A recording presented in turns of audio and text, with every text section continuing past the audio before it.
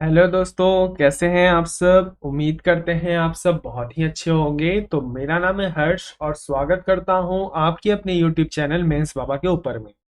तो साथियों, हाल ही में एक न्यूज़ सामने आ रही है और न्यूज़ क्या आ रही है कि इंडो जर्मन पार्टनरशिप हुआ है, यानी इंडिया और जर्मनी के बीच में पार्टनरशिप हुआ है। एक भागीदारी हुआ है, किसके ऊपर हुआ है? ग्रीन और सस्टेनेबल डेवलपमेंट के ऊपर में, यानी हरित और सतत विकास के ऊपर में।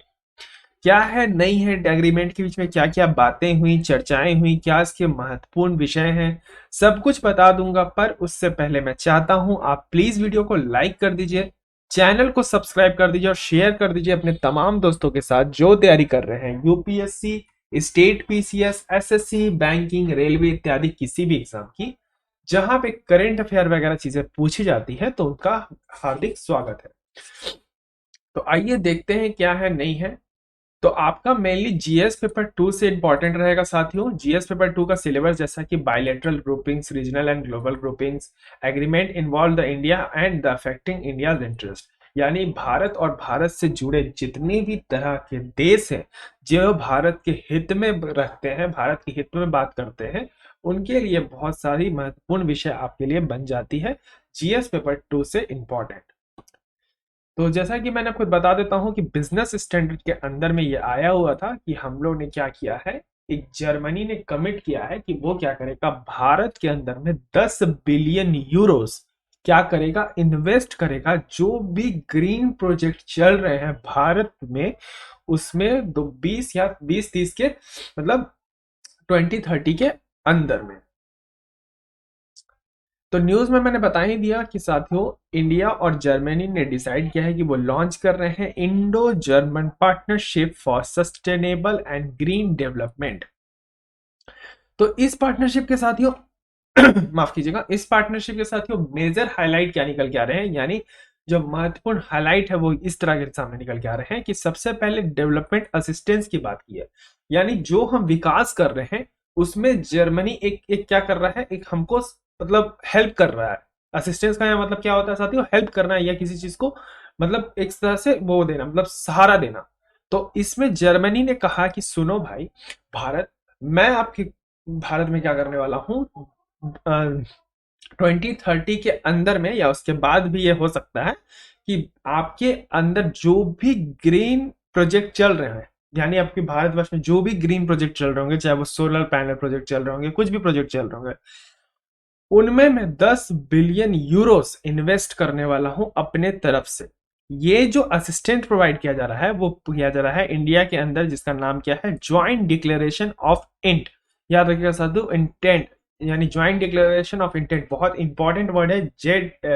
जेडीबी इसको बोलते हैं हम लोग, जो किसके ऊपर चलाया गया है, ग्रीन एंड सस्टेनेबल डेवलपमेंट के ऊपर में। यहाँ तक कि इन्होंने ये कहा कि सुनो, हम लोग ने जो एग्रीमेंट किया है दैट इज पेरिस एग्रीमेंट और सस्टेनेबल डेवलपमेंट गोल्स एग्रीमेंट, जहां हम लोग ने ये कहा है कि हम टेम्परेचर को 2 डिग्री तक क्या करेंगे, प्री इंडस्ट्रियल लेवल तक मेंटेन करके रखेंगे, ताकि जो आने वाला समय है उसमें हम, जो अभी आप देख रहे हो कितना भीषण गर्मी पड़ रही है, पानी का शॉर्टेज हो चुका है, तमाम तरह के प्रॉब्लम को हम लोग फेस कर रहे हैं।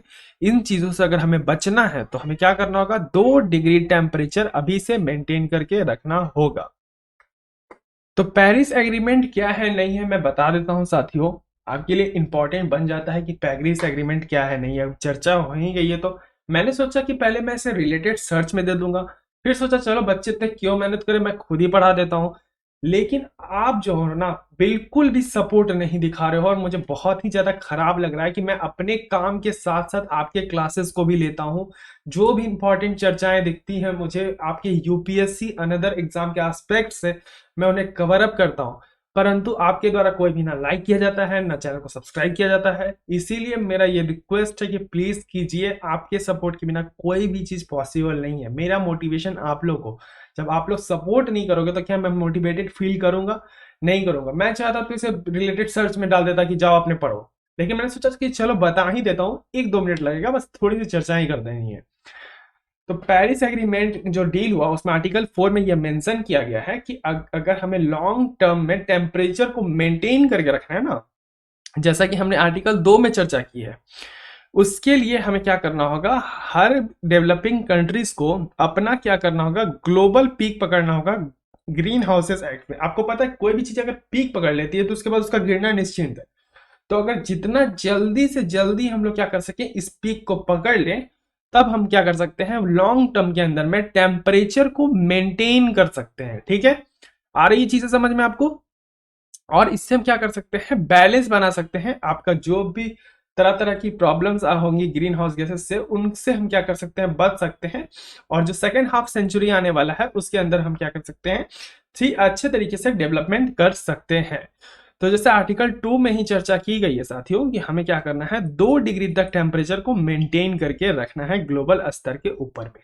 इसीलिए मैंने ये 2 डिग्री वाली चर्चा आपको यहाँ पे की हुई थी कि जो भी पेरिस एग्रीमेंट डील हुआ है उसमें भारत और जर्मनी ने कमिट किया है कि हम क्या करेंगे, अपने तरीके से पूरे तरीके से कोशिश करेंगे कि कैसे हम अपने पेरिस एग्रीमेंट को और साथ ही साथ आपका सस्टेनेबल डेवलपमेंट गोल्स को जितना जल्दी से जल्दी अचीव कर सके। इस चीज पे हम अभी से काम कर रहे हैं और हम जल्दी से जल्दी क्या करेंगे, इस चीजों को अचीव करने की कोशिश करेंगे। तो साथियों, अगर ये जो आपकी डील हुई, इसमें जो पार्टनरशिप हुई, उसमें बहुत सारी चीजें सामने आई। अब वो चीजें क्या थी मैं आपको बता देता हूं कि दोनों साइड में जो एग्रीमेंट हुआ वो क्या हुआ। पहला एग्रीमेंट ये निकल के आया है कि इंडिया और जर्मनी क्या करेगा, hydrogen green hydrogen road map तैयार करेगा। अब ये रोड मैप ऐसा नहीं है कि जो रोड बनने जा रहा है उसको तैयार कर देगा, ऐसा नहीं। रोड मैप का होता है जैसे साथियों माइंड मैप, कि कैसे चीजें होंगी, कैसे हमें काम करना है, मतलब एक वे फॉरवर्ड उनको मिलना चाहिए, ताकि जो भी हमारा अचीवमेंट्स या टारगेट्स हमने रखा है वो पूरा हो जाए। जैसे आप यूपीएससी की प्रिपरेशन करते हो तो आप नहीं बोलते हो कि आज मुझे इतनी देर पॉलिटी पढ़नी है, इतने देर मुझे इंटरनेशनल रिलेशन पढ़ना है, मुझे इतना ये पढ़ना है, मुझे करंट अफेयर्स देखनी है, मुझे बहुत सारी चीजें काम करनी है, मुझे मार्केट से सामान लेना है। तो आप क्या करते हो, अपने दिनचर्या को तैयार करते हो। तो ये क्या है, आपका एक रोड मैप है कि आपको किस पाथ पे आज चलना है। तो एक ग्रीन हाइड्रोजन का रोड मैप तैयार करना है, जो ग्रीन हाइड्रोजन यानी Indo German green hydrogen task force के मदद से यह बनाया जाएगा।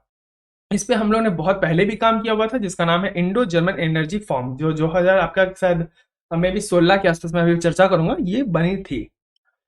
साथ ही साथ इंडो जर्मन ने कहा कि हम रिन्यूएबल एनर्जी पे भी काम कर रहे हैं। आपको मैं बता देता हूं साथियों कि इंडिया ने ब्राजील के साथ भी क्या किया है, एक आपका रिन्यूएबल एनर्जी के ऊपर में बात किया है। जो आई बटन पर सबको लिंक दिख रहा होगा, आप जाके इसे देख लेना, बट अभी नहीं, अभी पूरा क्लास ये देख लो, फिर मैं लास्ट में भी आपको लिंक इसका दे दूंगा।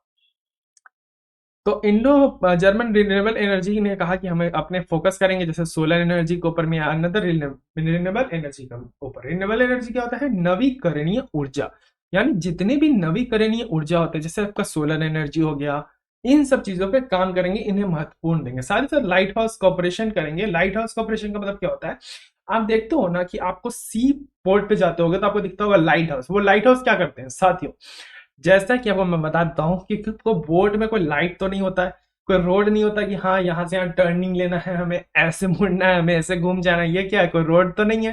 जैसे आपको रोड पे साइन देते हैं कि आगे बम्पर है या आगे आपको राइट टर्न लेना है, आगे से आपको लेफ्ट टर्न लेना है। तो जो आपका लाइट हाउस होता है ना, वो क्या करता है ना, बोर्ड को लाइट दिखाता है, और वो लाइट दिखाते समय उसे क्या करता है, दिशा बताता है कि तुम्हें इस दिशा में जाना है, तभी तुम अपने लक्ष्य तक पहुंच सकोगे।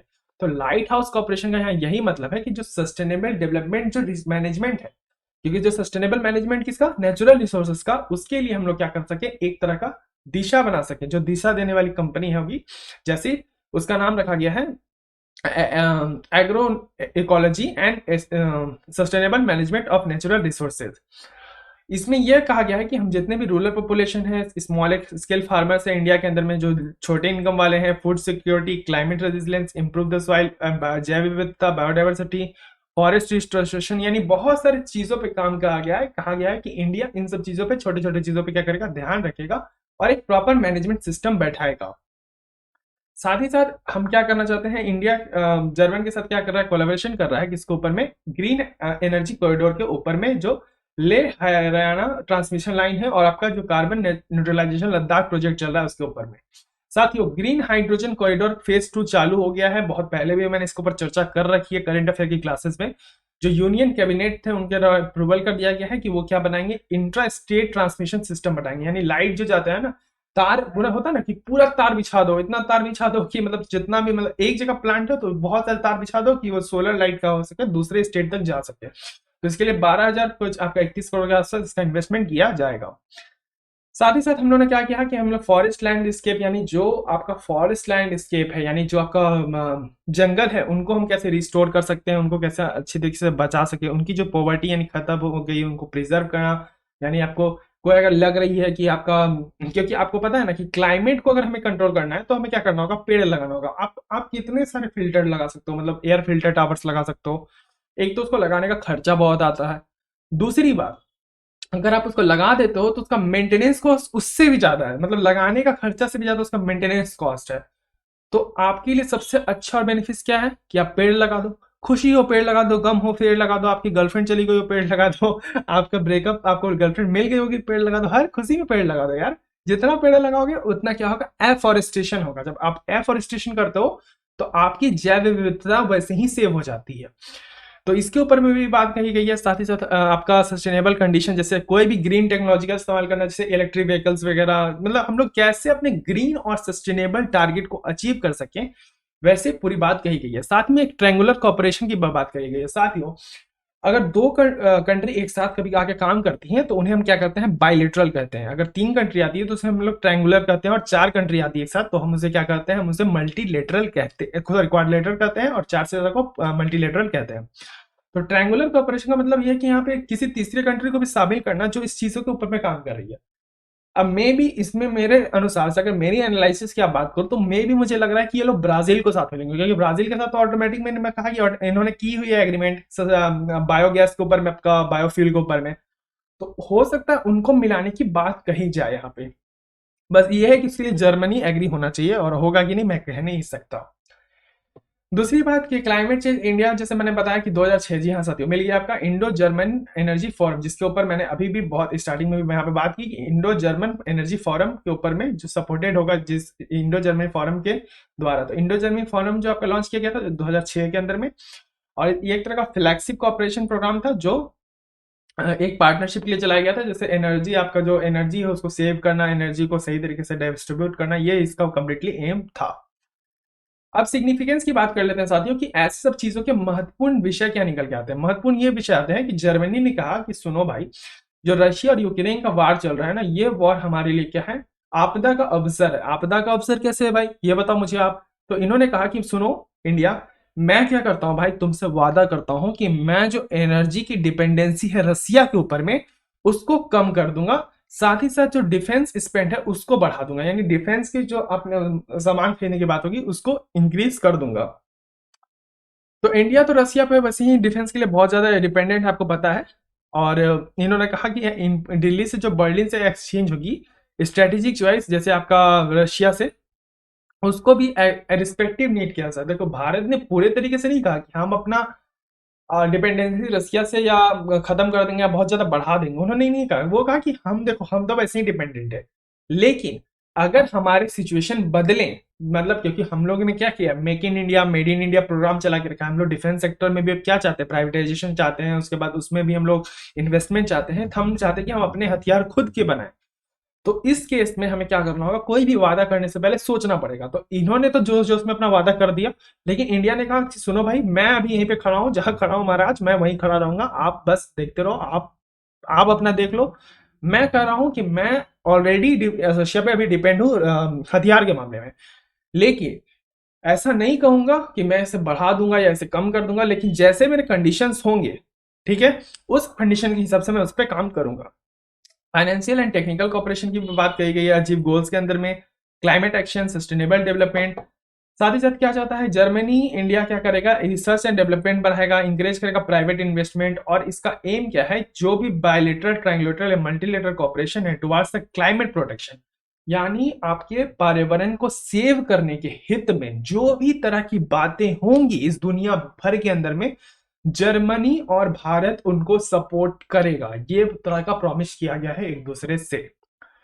मेंस स्पेसिफिक में बात कर लेते हैं साथियों, मेंस बाबा की तरफ से कि आपको क्या पढ़ना है कि इंडो जर्मन रिलेटेड बायलेटरल जितना भी रिलेशन है हमारा जर्मनी के साथ, चाहे वो आपका फार्मास्यूटिकल्स के अंदर में हुआ या कोई भी रिलेशन हुआ, आपको उन पे पहले चर्चाएं करनी है। 250 वर्ड्स में अच्छा से लिखना है कि ऐसे चीज के फायदे नुकसान क्या होते हैं। बस आपका न्यूज में इतना ही था कि एग्रीमेंट हुआ है, मैंने अच्छे तरीके से आपको साथियों बता दिया। आशा करता हूँ आपको समझ में आ गया होगा। आगे है तो प्लीज वीडियो को लाइक कर दीजिए। देखिए एक एक चीज आपको बताता हूँ न्यूज में क्यों था, हाइलाइट्स क्या थे, पेरिस एग्रीमेंट डील क्या हुआ, उसके बाद इसके दोनों ने क्या मिलकर एग्रीमेंट किया, ग्रीन हाइड्रोजन कॉरिडोर क्या है। यानी मैंने साथियों कुछ नहीं छोड़ता आपके लिए, इतना मेहनत से मैं स्लाइड बनाता हूँ, फिर पढ़ाता हूँ, अपलोड करता हूँ। और आपसे क्या चाहता हूँ, तीन चीज: वीडियो को लाइक, चैनल को सब्सक्राइब और एक अच्छा सा प्यारा सा कमेंट। अगर आपको वीडियो अच्छा नहीं भी लगता ना तो साथियों डिसलाइक कीजिए, मैं मना नहीं करता आपको डिसलाइक करने से, लेकिन एक वैलिड रीजन के साथ डिसलाइक कीजिएगा। आपको कंटेंट में प्रॉब्लम है आप कीजिए, आपको लगे एक्सप्लेनेशन में सर प्रॉब्लम है तो आप कमेंट कीजिए, लेकिन ऐसा नहीं कि सिर्फ आप डिसलाइक कर दीजिए और चले जाइए, ठीक है। तो उससे मुझे पता कैसे चलेगा कि मेरी कमियां क्या है? अगर आप मुझे कमियां बताओगे तभी ना मैं उन्हें ठीक कर पाऊंगा, ठीक है साथियों। तो वर्ग चर्चाएं के विषय सब खत्म हो चुके हैं अब अच्छे तरीके से मैंने बता दिया। आशा करता हूँ वीडियो पसंद आ गया होगा, तो प्लीज वीडियो को लाइक कर दीजिए, चैनल को सब्सक्राइब कर दीजिए। अन्य बहुत सारी इंपॉर्टेंट सीरीज चली है मेरी, जाके आप देख सकते हैं। तब तक के लिए अपना ध्यान रखें, बड़ों को सम्मान दें, छोटों को प्यार करें। धन्यवाद। जय हिंद, जय भारत।